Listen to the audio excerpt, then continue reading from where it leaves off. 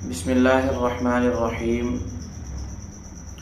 وبہ نستعین والصلاة والسلام علی سید الانبیاء والمرسلین سیدنا محمد وآلہ وصحبہ اجمعین اما بعد قال اللہ تبارک وتعالی فی القرآن المجید والفرقان الحمید اعوذ باللہ من الشیطان الرجیم بسم اللہ الرحمن الرحیم كل نفس ذائقة الموت صدق الله مولانا العظيم وصدق رسوله النبي الأمي الكريم ونحن على ذلك لمن الشاهدين والشاكرين والحمد لله رب العالمين.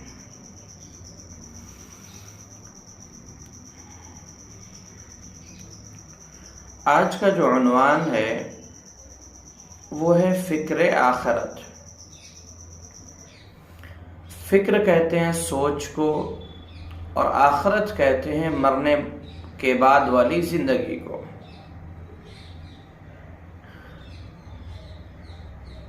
اور فکر آخرت اسی کے اندر پیدا ہو سکتا ہے جو موت کو یقینی سمجھتا ہو اور موت کو یاد بھی کرتا ہو. ہمارے اندر پتہ نہیں کیسا کانسیپٹ ایک بن گیا ہے، پیدا ہو چکا ہے کہ جب ہم کسی کے سامنے موت کا تذکرہ کرتے ہیں یا عذاب قبر کا تذکرہ کرتے ہیں تو لوگ کہتے ہیں کہ تذکرہ اس کا نہ کریں، ہمیں ڈر لگتا ہے. حالانکہ آقا کریم صلی اللہ علیہ وسلم نے موت کو کثرت سے یاد کرنے کی تائید فرمائی ہے. اگر ہمارے والدین یا ہمارا کوئی بڑا بھائی یا بہرحال کوئی بھی اگر جب وہ اپنے چھوٹوں سے اپنے ماتحتوں سے کہتا ہے کہ آپ اپنے پیروں پر کھڑے ہونے کی کوشش کریں کیونکہ پتہ نہیں اللہ کب ہمیں بلا لے، تو ان کے جو ماتحت ہوتے ہیں یا ان کے جو بچے ہوتے ہیں وہ کہتے ہیں آپ ایسا نہ کہیں. کیوں؟ کیا اس نے لکھوا کے لایا ہے کہ وہ مرے گا؟ نہیں، موت یقینی ہے. موت کو یقینی بنانا یہ ہماری اور آپ کی ذمہ داری ہے. میں یہاں پر خلفائے اربع، خلفائے راشدین کا تذکرہ کرتا ہوں. حضرت ابو بکر رضی اللہ تعالی عنہ جو اس امت میں بلکہ افضل بشر بعد از انبیاء یعنی نبیوں کے بعد جس کا سب سے بڑا مرتبہ ہے وہ حضرت ابو بکر ہے. اس سے پہلے میں 2-3 تذکرہ کر دیتا ہوں تاکہ آپ کو حضرت ابو بکر کا جنتی ہونا اور حضور سے کیسا محبت ہے، اللہ سے کیسا اس کا محبت ہے اور فرشتوں نے اس کی کون کون سی نقل کی ہے، اس کے تعلق سے 2-3 لفظ ذکر کر دیتا ہوں جب آپ کو بات اچھی طرح سمجھ میں آئے گی. حضرت ابو بکر رضی اللہ تعالی عنہ، اللہ کے رسول صلی اللہ علیہ وسلم جب معراج کا سفر فرمائے، معراج پر جب تشریف لے گئے، حضرت جبریل نے ان کو آدھے رستے تک چھوڑ دیا. کہا اب اس سے آگے میں بڑھوں گا تو میں جل جاؤں گا، میرے پر جل جائیں گے. وہاں سے ایک قالین آتی ہے اور وہ حضور صلی اللہ علیہ وسلم کو سوار کر کے عرش الہی تک لے کے جاتی ہے، معراج کراتی ہے.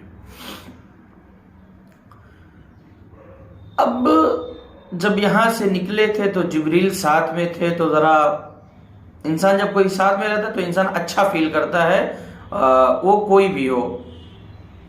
تو جب حضور صلی اللہ علیہ وسلم اکیلے ہو گئے تو ایک فرشتے نے حضرت ابو بکر کی آواز کو اسی طرح نقل کیا جس طرح حضرت ابو بکر کی آواز تھی. حضور صلی اللہ علیہ وسلم کو اس وقت ہیپینس محسوس ہوا، خوشی محسوس ہونے لگی. حضرت ابو بکر وہ ہے جس کی نقل میں جبریل نے وہی لباس پہنا جو حضرت ابو بکر پہن کے آ رہے تھے. غزوہ تبوک کا موقع دیکھیں، تبوک کا موقع آپ دیکھیں گے، حضرت ابو بکر ٹاٹ کا لباس پہن کے آئے تھے، گھنڈیاں نہیں تھی، وہاں پر کانٹے لگا کے آئے تھے.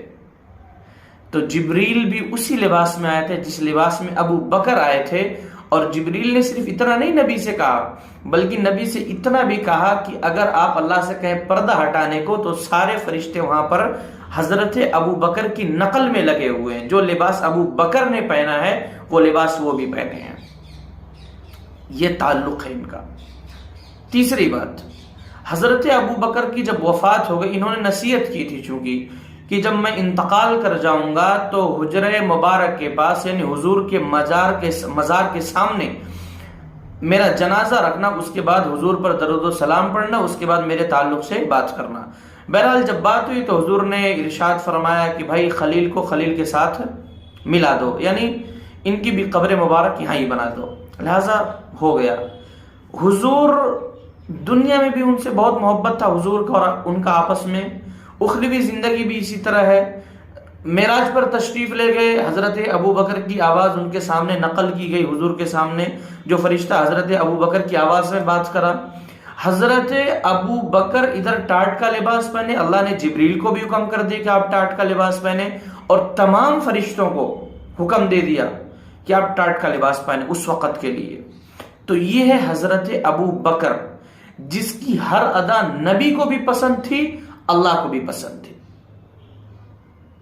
اور پوری امت پسند کرتی ہے، جس کی ادا پہ امت کٹ مرتی ہے، امت اپنی جان قربان کر دیتی ہے جس کی ادا پر۔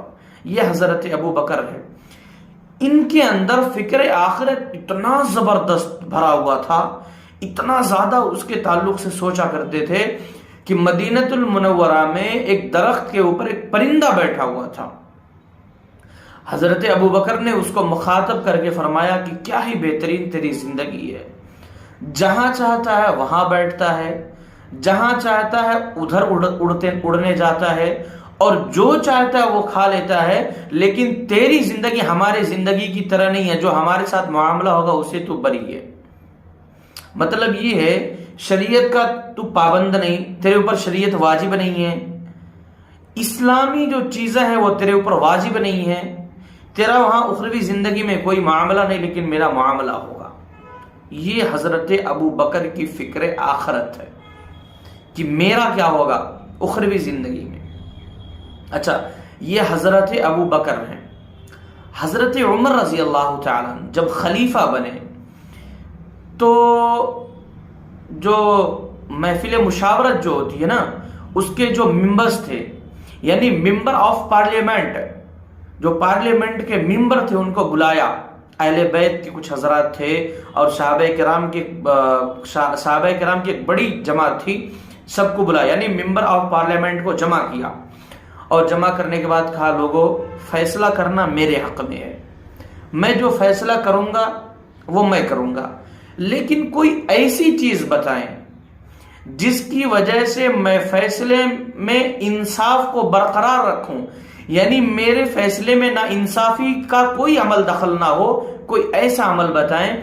تو مشاورت ہوئی، ہر کسی نے اپنا مشورہ دیا، بعد میں یہ طے ہوا کہ آپ اپنی انگوٹھی پر یہ لکھا لیں کہ آپ اپنے موت کو یقینی بنائیں، موت کو یقینی بنائیں، اور موت کو یقینی بنائیں وہ جملہ لکھوا لیں۔ لکھوانے کے بعد موت کو جب آپ یاد کریں گے تو اس سے بہترین نصیحت کوئی نہیں دے سکتا۔ حضرت عمر یہ اتنی فکر کر رہے ہیں آخرت کی۔ اچھا، یہ عمر کون ہے؟ اب ان کے بھی تعلق سے کچھ بات عرضی کر دیتا ہوں۔ حضرت عمر ایسا انسان ہے جو آگ پر بھی حکومت جس نے کی، پانی پر بھی حکومت جس نے کی، مٹی پر بھی اس نے حکومت کی، اور ہواؤں پر بھی اس نے حکومت کی، اور کہیں ہاتھ جوڑ کر کے نہیں کسی سے درخواست کی۔ حضرت عمر نے دریائے نیل کو خط لکھا تھا، اگر تو اللہ کے حکم سے چلنا چاہتی ہے تو چل، ورنہ تیرے پانی کی مجھے کوئی ضرورت نہیں، امت تیرے پانی کی پیاسی نہیں ہے۔ یہ دریائے نیل کو خط لکھا تھا، معافی مانگ کے نہیں، یہ دریائے نیل تو اللہ کے نام سے چل دے، نہیں، اگر تو چلنا ہے تو اللہ کے نام سے چل، ورنہ تیرے پانی کی ضرورت نہیں۔ حضرت عمر نے دھمکی دی تھی دریائے نیل کو خط کے ذریعہ، اور آج بھی تاریخ شاہد ہے کہ دریائے نیل 16 ہاتھ اوپر ہو کر کے بہنا شروع ہو گئی۔ زمین جب ہل رہی تھی، زمین کو کوڑے مارا تھا حضرت عمر نے، کوڑے سے یوں مارا، گدے سے یوں مارا، اور فرمایا کہ دریائے نیل اور دجلہ کے کنارے اگر کوئی کتا بھی مر جاتا ہے تو میں اس کا ذمہ دار اپنے آپ کو بتا رہا ہوں کہ کوئی کتا پیاسا مر جائے گا تو اللہ اس کا مجھ سے سوال کرے گا۔ بہت ساری باتیں حضرت عمر نے بتائی، تو حضرت عمر نے گدا مار کے کہا کیا میں نے تیرے اوپر انصاف نہیں کیا تو ہل رہی ہے؟ تو زمین سے معذرت کر کے نہیں کہی تھی رک جا میں تیرے اوپر سجدہ کرتا ہوں؟ نہیں، میں نے تیرے اوپر انصاف نہیں کیا کیا؟ یہ دی تھی دھمکی حضرت عمر نے زمین کو۔ آگ کو بھی وہی معاملہ، آگ کے ساتھ بھی وہی معاملہ پیش آیا۔ بہرحال، اور یہ فاتح حرمین ہے، قبلتین ہے، فاتح قبلتین، دو قبلہ یعنی بیت المقدس اور کعبۃ اللہ۔ مدینہ المنورہ میں تو امن و امان یوں ہی تھا۔ تو یہ ایسا بندہ ہے جس کی ٹکٹ اللہ نے کاٹ کے حضور صلی اللہ علیہ وسلم کے دستے مبارک سے دے دیا کہ عمر جنتی ہے، یہ بندہ کہہ رہا ہے۔ اور جب اس بندے کو شہید کیا گیا، یعنی اس کو جب خنجر لگی، خنجر جب بندے کو لگا تو اپنے سر کو حضرت اپنے فرزند کے عبداللہ بن عمر نے اپنے یہ زانوں پہ، پیروں پہ حضرت عمر کا سر رکھا تھا۔ حضرت عمر نے کہا کیا رکھے ہو؟ ان کے بچے نے کہا میں اپنا پیر رکھا ہوں۔ حضرت عمر نے کہا نکال لو، یعنی گود بنایا تھا اس کو۔ حضرت عمر نے کہا نکالو اس کو، مٹی کے اوپر رکھو میرے سر کو۔ لہٰذا حضرت عبداللہ ابن عمر نے ان کے سر کو مٹی میں رکھا اور مٹی میں یوں یوں رگڑتے رہے۔ سو کر کے انسان اچھا بتا، یوں یوں رگڑتے رہے اور کہتے رہے کہ اے عمر تیرے لیے ہلاکت و بربادی ہے اگر تیرے رب نے تیرے گناہوں کو معاف نہیں کیا۔ اللہ اکبر، یہ حضرت عمر ہے، اور یہ ایسا بندہ ہے جس کے اندر کون کون سی خوبیاں نہیں موجود تھی، کوئی بتائے یہ خوبی نہیں تھی میں اس کو خوبی بھی اٹھا کے دے دوں، بتاؤں یہ بھی خوبی اس کے اندر موجود تھی۔ یہ عمر ہے، یہ عمر ہے۔ جب حضرت عائشہ صدیقہ رضی اللہ تعالی عنہ، ہم سب کی امی جان، ان پر جب تہمت لگی تھی تو اللہ کے رسول کو کیا جواب دیا تھا؟ حبیب یہ بتائیں اللہ تبارک و تعالی آپ کے اوپر مکھی کو نہیں بیٹھنے دیتا ہے تو آپ کے بستر پر نعوذ باللہ کیوں ایسی بیوی آنے دے گا؟ یہ حضرت عمر کے الفاظ ہیں۔ اس کے بعد حضرت عمر نے کہا تھا آج سے آپ کی زبان بند رہے گی، آج سے میری تلوار بات کرے گی، جو بھی کہے گا کہ عائشہ صدیقہ نے ایسا کیا تھا میری تلوار اس کے سر کو قلم کر دے گی۔ یہ حضرت عمر ہے، اس کے اندر اتنی زبردست آخرت کی فکر بھری ہوئی ہے، موت کی فکر بھری ہوئی ہے، اور کبھی بھی اس نے ایسا نہیں کیا کہ کوئی اس کے اوپر انگلی اٹھا سکے۔ اور فکر آخرت کی اس کی یہ مثال ہے کہ جب انتقال کا وقت آیا، جب حضرت عمر نے کہا کہ تیرے لیے تباہی اور بربادی ہے اگر تیرے رب نے تجھے معاف نہیں کیا۔ حضرت عثمان پہ آتے ہیں، ذو النورین۔ یہ واحد شخصیت ہے جب سے دنیا تھی، یعنی جب دنیا آئی وجود میں اور آخری زمانے محمد الرسول اللہ صلی اللہ علیہ وسلم تک اور قیامت تک کوئی ایسا نہیں بن پائے گا جس کے ہاں نبی کی دو بیٹی جن کے نکاح میں گئی ہو۔ اب چونکہ میں نے قیامت تک اس لیے کہا تاکہ بات ختم نبوت کی بھی آ جائے، یعنی حضور کے بعد کوئی نیا نبی نہیں آئے گا، تو یہاں پہ بات بھی ہم نے ختم کر دی۔ یہ واحد انسان ہے۔ دوسری بات، جب ان کے سامنے حضور صلی اللہ علیہ وسلم نے یہ تذکرہ کیا تھا کہ قبر آخرت کی منزلوں میں سے ایک منزل ہے، اگر انسان یہاں پہ پھنس گیا تو ہر جگہ پھنسے گا، اور اگر یہاں بچ گیا تو ہر جگہ بچے گا۔ یہ سن کر کے حضرت عثمان رضی اللہ تعالی عنہ کی آنکھوں میں پانی آئے، آنسو آ گئے۔ اور جب بھی حضرت عثمان کے سامنے رضی اللہ تعالی عنہ، ان کے سامنے جب بھی عذاب قبر کا یا موت کا تذکرہ ہوتا تھا تو اتنا روتے تھے کہ داڑھی مبارک تر ہو جایا کرتے تھے۔ بعض صحابہ نے سوال کیا کہ امیر المومنین آپ جہنم کے عذابات سے اتنا نہیں روتے ہیں، اتنا نہیں ڈرتے ہیں جتنا اس کے تذکرے سے ڈرتے ہیں؟ حضرت عثمان بن عفان رضی اللہ تعالیٰ ذو النورین رضی اللہ تعالیٰ نے یہ بات کہی کہ مجھے جہنم کی آگ سے بھی ڈر لگتی ہے، اس کے تذکرے سے بھی ڈر لگتا ہے، لیکن اللہ کے رسول نے جو بات کہی ہے نا کہ آخرت کے منزلوں میں سے پہلی منزل ہے یہ، یہاں پہ اگر انسان پھنس گیا تو ہر جگہ پھنس جائے گا۔ یہ حضرت عثمان رضی اللہ تعالیٰ عنہ کی زبانی بات ہے، لیکن ہمارے اندر ہم دنیا میں ایسے مست و مگن ہیں، ہر ایک چیز کو بھولے ہیں، موت کو ایسا بھولے ہیں کہ اگر کوئی ہمارے سامنے تذکرہ کرتا ہے تو ہم اس کو منع کر دیتے ہیں۔ اللہ اکبر۔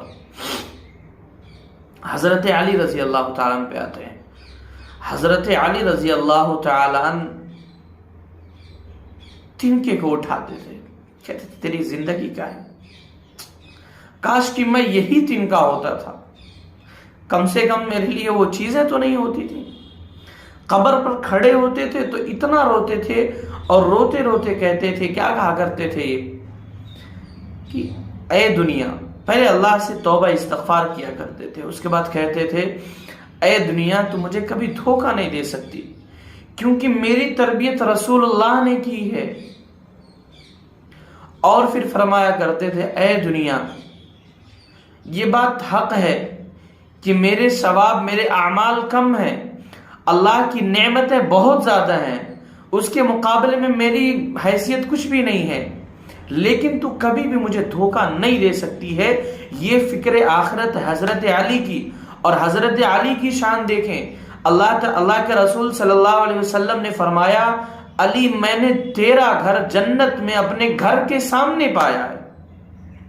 یہ ہیں خلفائے راشدین، جن کو اللہ تبارک و تعالی نے کیا کیا چیزوں سے نہیں نوازا، اللہ کے رسول کی زبانی کیا کیا باتیں نہیں نکلی، ان کے اندر فکر آخرت اتنا تھی کہ ہر وقت فکر آخرت میں ہی بیچارے مشغول رہا کرتے تھے۔ لیکن ایک ہم ہیں کہ اگر ہمارے سامنے کوئی تذکرہ کرتا ہے تو ہماری حالت خراب ہو جاتی ہے، ہم اس کو منع کر دیتے ہیں۔ میرے بھائیوں، حضرت اماں عائشہ صدیقہ سے سوال کیا گیا کہ یہ بتائیں کہ دنیا اگر کسی ایک کے لیے ہو تو کیسا ہو؟ اماں عائشہ صدیقہ نے فرمایا کہ اگر یہ دنیا کسی ایک کے لیے ہوتی، کسی ایک کے لیے دوام پذیر ہوتی، یعنی ہمیشہ کے لیے رہتی، تو اللہ کی قسم رسول اللہ صلی اللہ علیہ وسلم ہمیشہ یہاں پہ رہتے۔ جب اللہ کے رسول صلی اللہ علیہ وسلم کو اس دنیا سے جانا ہو گیا، جب حضور بھی اس دنیا سے چلے گئے، یعنی حضور کے لیے بھی یہ دنیا ہمیشہ کے لیے نہیں رہی، تو کیا کوئی لکھوا کے لایا ہے؟ کوئی لکھوا کے لایا کہ پوری زندگی ہماری رہے گی، پوری دنیا ہماری رہے گی، ہمیں موت کبھی نہیں آئے گی؟ میرے بھائیوں، موت کو یقینی بناؤ، موت کو یقینی بناؤ گے جبھی آپ کے اندر، اور میں بسا اوقات ذرا الگ الفاظ استعمال کر دیتا ہوں اور یہاں بھی بولتا ہوں، جب تک آپ